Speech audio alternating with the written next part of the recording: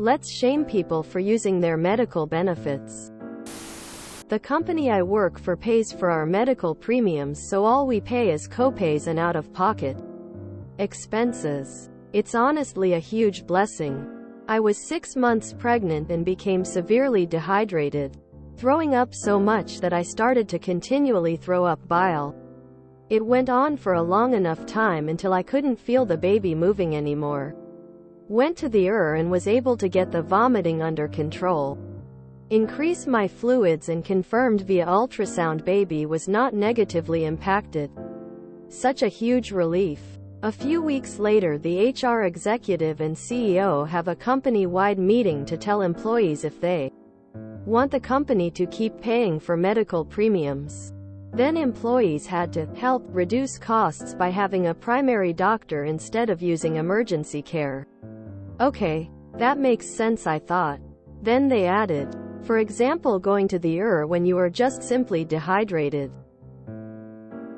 That is not appropriate use of emergency care. It was a slap in the face. It absolutely was appropriate use of emergency care. Mere dehydration can be deadly and is an emergency.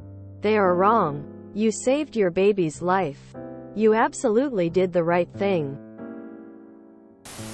Is this CEO a doctor familiar with the case in question? If not, it's not their call whether any particular emergency care visit is appropriate. What garbage leadership. I hope you and your baby are well, and that you can find a new workplace that actually values its employees so you can bail on this one without notice.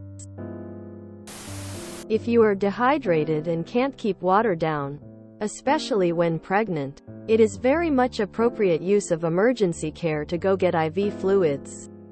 There's not a whole lot a PCP is going to do if you're already at that point.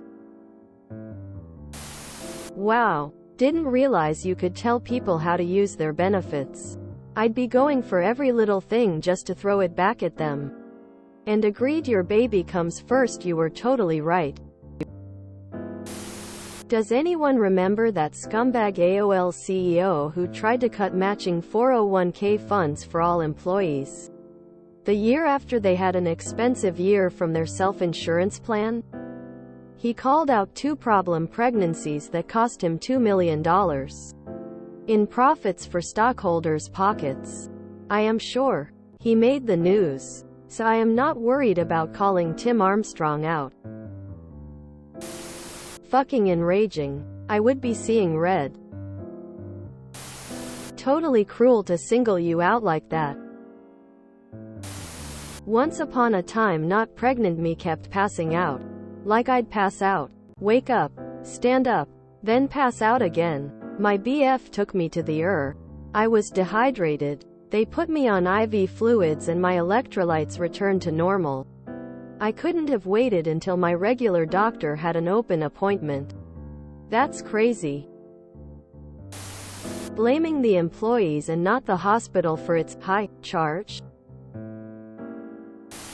There are reports that can be run to show how many people have used which diagnoses have been given and how many of each, which medications people are taking and how much, as well as how many people have had over a certain amount in claims.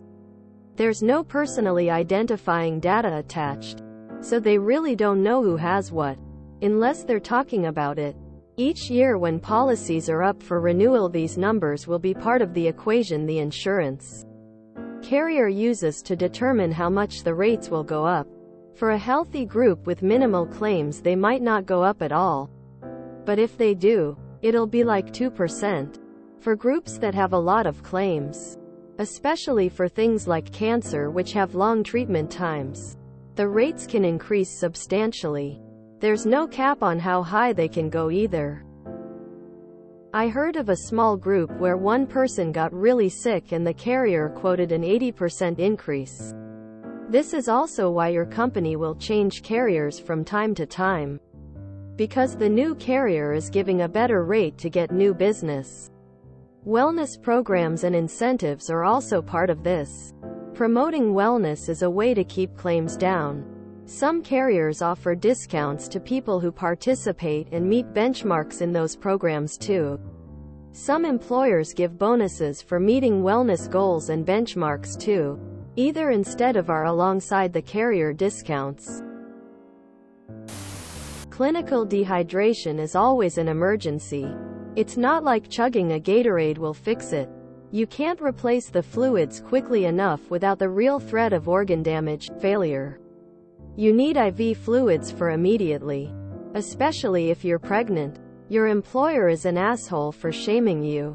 And they also have clearly never experienced real dehydration. It is totally illegal for them to know that you went to the ER and for what. That is totally a HIPAA violation. They are not doctors and they were not carrying an endangered fetus. F them.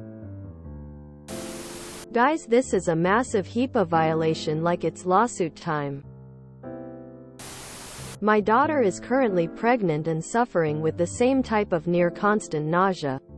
Her primary care physician tells her to go to the emergency room because neither the PCP nor her obstetrician can administer IV fluids when a person is dehydrated. So your primary doctor will literally tell you to go to the emergency room for this. HR is wrong in this instance. That sounds like a HIPAA violation to me. Wait, why does it matter? Don't they pay the same insurance premiums either way? Also, this reeks of a HPPA violation. Wow, and maybe you can start a lawsuit about a privacy violation? Sounds like a HIPAA violation. If you enjoyed this video, please check out our playlists full of similar content. Epic Haircast is like doom scrolling for your ears. Please like, share, and subscribe.